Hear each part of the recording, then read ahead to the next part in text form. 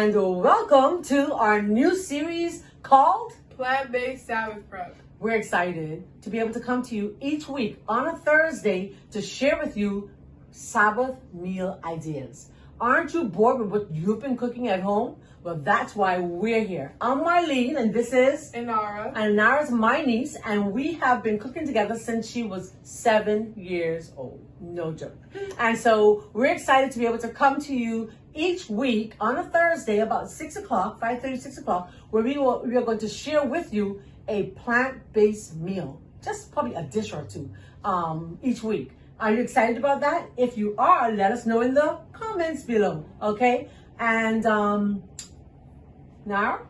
Yeah, so the reason why we're doing this meal prep is because of that one verse that you've been Yes. telling me about. Yes, that one verse that we've been telling you about. That one verse says, Genesis 1:29 says, behold, God says, behold, beloved, put your name there. Marlene, Nara, Dwayne, Jason, put your name in behold. Behold, I, God, have given you, Marlene, every herb bearing seed which is found upon the face of the earth, and every tree in the which is a fruit yielding seed, and to you it shall be for meat. And so when you look at the Bible, Genesis 1:29, it tells us how to eat. And if we want to go back to the Eden diet, then we want to make sure that we're incorporating whole foods. God don't want us to be eating refined foods. He wants us to be eating whole foods. That's why we're going to the plant-based diet. And so we want you to come with us. We only need you to do 4 favors for us. 4 things. 4 things. Can you do that for us? Come on. Come on. Please say yes. Say yes in the comments. What we want you to do is to like, comment, subscribe, and share. Don't forget, come with us into the kitchen. Let's see what's cooking today. Here's what's cooking today in our plant-based kitchen. It's yummy, delicious, sweet and sour soy curl.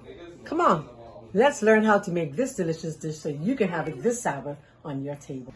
So this soy curl, for those of us who are unfamiliar with soy curls, it's versatile, very versatile. If you want it to be like we're making today, a sweet and sour soy curl, if you want it to be sweet and sour, if you want it to be barbecued, if you just want it to taste like a jerk chicken kind of thing, you put a little jerk sauce on there, right? Am I right? Right. Yeah. But they're full of protein, they're filled with protein, they're high protein. And do you like soy curls? I like soy curls. Well, she likes soy curls. And for those of us who don't have an allergy to soy, this would be a perfect substitute. It's very filling, very satisfying because it's made from the soybean. It's a very natural, well, I would say it's naturally non-genetically modified, and it's also filling, it's satisfying, we said it already, but also it's almost in its natural state. That's what I wanted to remember. It's almost in its natural state, even though it looks like a little, I don't know what it looks like, I'll be honest with y'all, it looks like a little driftwood. Looks like a little driftwood. Am I right? Look like a little driftwood. All right, so we're excited about doing this with you guys. So let's get to the pot. So the water's boiling. Now I put the pot of water on a long time. So we're gonna put some salt in the water. I'm using Ragged Island salt. Oh, hold on. I'm using Ragged Island salt. Yes, I am. Look at those beautiful crystals. I like to season my water. Do you season your water now? Not really. Not really. So she don't like to season her water. We want to season our water. And then we want to get those soy curls in there. So there goes those soy curls. The water is hot. I'm going to get it in there. And we're preparing this for the Sabbath. Right? I'm going to get a spoon. Awesome. Just like that. Yeah, and I like to taste it. You want to rehydrate. I put a little more salt in there. About 8 to 10 minutes. You want to keep it boiling for about 8 to 10 minutes until it's fluffy, soft. You don't want that crunchiness as you're trying to eat it into your dish unless you've fried it, deep fried it. All right? So that's what we're going to do. All right. So now we're getting ready to bread our soy curls. I don't like it soggy, so I like to do like a breading kind of a batter. Almost like when you're about to fry your chicken, you know what I'm talking about? Right. Those of us who are still eating meats. So we just prepare flour, Through seasoning. our seasonings, like our spices. So I'm using some garlic powder, paprika, Italian seasoning, cayenne pepper, and let me use a little cornstarch. And it's non-genetically modified. We get a little crunch on there, okay? And I mean, for some people they don't mind it being soggy, but for me, I don't like it. Soggy. Yeah, it makes it more appetizing. So. Makes it more appetizing. She's got the right word, baby. Right. All right, so let's get going. So Nara's going to show you what's going into the bowl. There goes our flour. You can use white or unbleached white, or you can use whole wheat flour. You can mix your flour. If you're gluten intolerant, you can find like the bar bread mills 1-to-1. Let me show you that. As a matter of fact, I do have it. Or you can use like buckwheat. So all of our spices, we have there paprika, Italian seasoning, we have cayenne pepper. I got this cayenne pepper, a little sidekick, yeah, and garlic. You can use something like the bar bread mills 1-to-1, and no, we're not getting credit for it, but we are going to share it anyhow. And there's another bar bread mills. I like buckwheat flour. I happen to like it a whole lot. Right. And you can use this for breading, the same way you'd use your regular flour.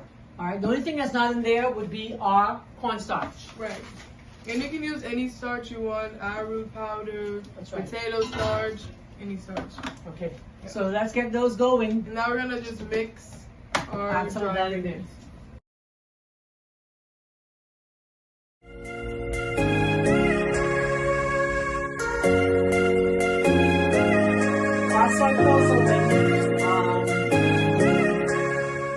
And I'm going to take it over to the sink so you can strain out that water, because you don't want that water in there. So let's go over to the sink.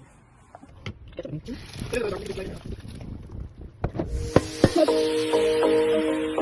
our soy curls are ready. I just got rid of all that water by straining, and you can look and see how nice it looks. Check that out. Looks like chicken, and it's hot. Can you see the steam? It's hot. All right, so we're gonna get ready to batter it.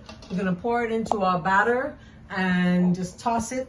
Get that flour all incorporated in there, and you're gonna get ready to fry. We have our oil going already in our skillet, so let's do this.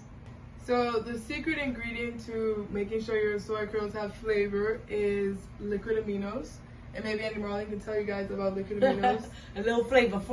Right.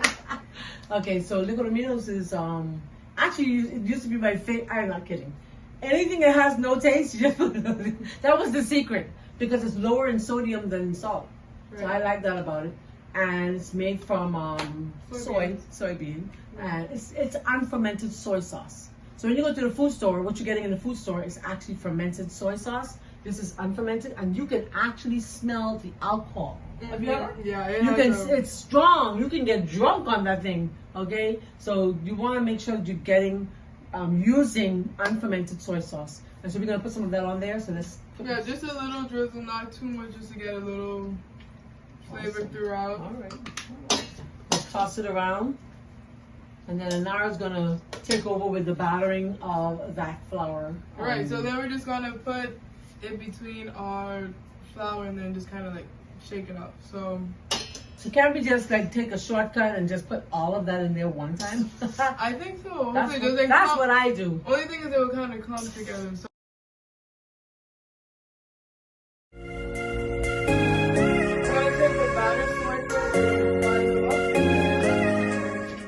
I'm going to get ready to do our sweet and sour sauce, because we're doing it sweet and sour. and say, okay, now we part. Cool. Let's go, guys. So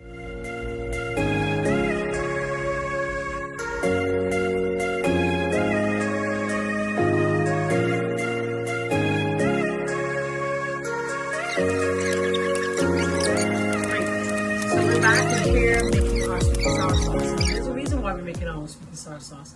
The sweet and sour sauce that you get from the food store, or from wherever you get it from, the grocery store, usually has vinegar, and we do not use too many things with vinegar as far as possible. So if we can avoid it, we do. So it calls for pineapple juice. I like to add little unsweetened pineapple chunks in there. So I know you couldn't see that, but you will in a minute. I got this sugar in Panama. I was in Panama just a few weeks ago, and we got little cakes of cinnamon. Not cinnamon, of sugar. I said cinnamon, didn't I? Because I'm tired. All right.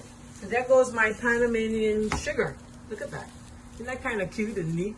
So it came in little cakes like that. and I just liked it, so I thought I'd buy it. So that's gonna go in my pot. I have my bell peppers, my onions, my colorful sweet peppers. I have my lemon juice, which replaces the vinegar. And there are many reasons why you want to avoid vinegar. Namely, one, it can burn the esophagus, the throat. It takes off the enamel of the teeth, all kinds of issues. And of course, lemon juice can do the same thing. So be careful of it anyhow. But it's just safer. And if you go to the Bible, we know that Jesus refused the vinegar because it was fermented. And so we want to refuse anything of that nature.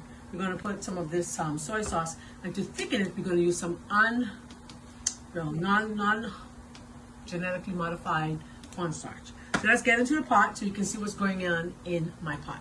And we're going to bring it to a boil. It's going to come to a boil, and once it comes to a boil, I'm going to make a slurry out of my cornstarch and thicken it like that.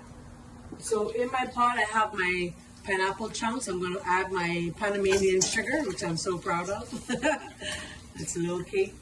And then I'm going to add my lemon juice. It's about 3 tablespoons of lemon juice. You can find the recipe in the description below.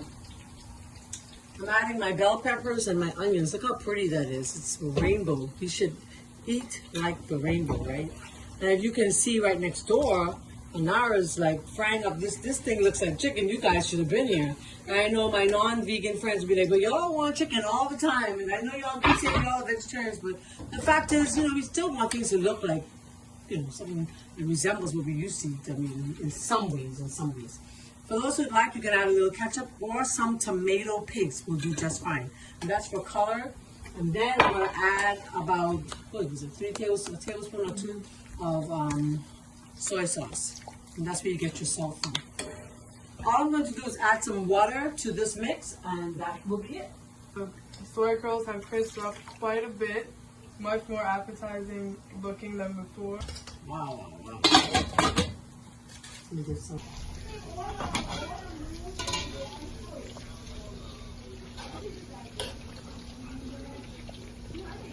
So our sweet and sour sauce is just about ready. Look at that in the pot. You see that going? It's boiling.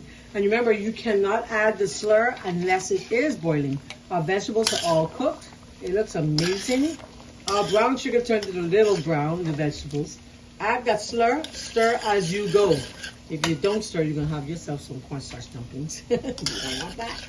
That don't taste so good. I added about 3 tablespoons of cornstarch. I'll see if that's enough for what I have here. I think it's going to be. And let's stir. Nice. It's beautiful. I know it tastes good. All right. And there goes our sweet and sour sauce. You all know I gotta taste it, right? That's Marlene's song. Yeah, that tastes good.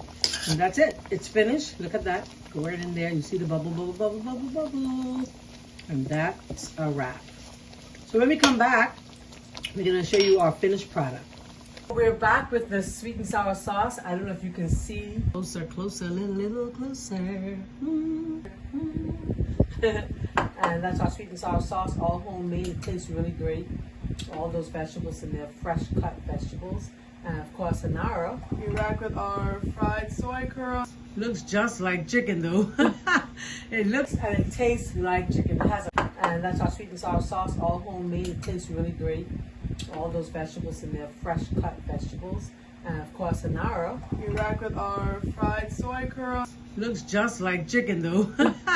It looks and it tastes like chicken. It has a crunch to it. If I were to take one out, you hear me go crunch.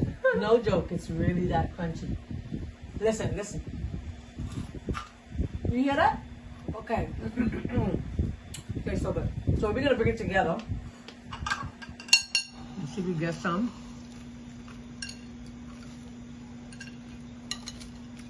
Nice.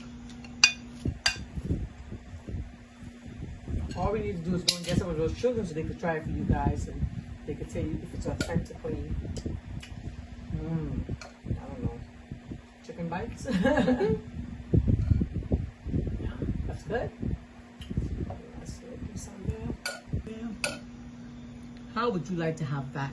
You can have this with some brown rice.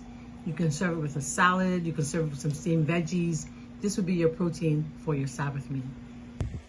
Thank you guys so much for joining us on our second episode in our series, Plant-Based Sabbath Prep. We're happy you joined us today. I hope that you enjoyed our recipe. And if you do try it, please put it in the chat. Let us know how you enjoyed it, how your family enjoyed it, and bring some people on over. Don't stay home by yourself. Next Sabbath, make sure your home is filled with soy curls, sweet and sour, of course, and your friends and family. Thank you for being with us. We enjoyed having you with us today. Look forward to seeing us again next week, same time, same place, here at Something Better Today on our YouTube channel. Don't forget to do us 4 favors. Just 4 favors. It's all free. Subscribe, Like, share, and comment. Hello. Thank you. Don't forget, God wishes above all things that we would prosper and be in health, even as our soul prospers. So I say to you, claim the promises today, and mighty things will take place in your life. Remember, God always has something better for you. When? All the time. Today. Bye-bye.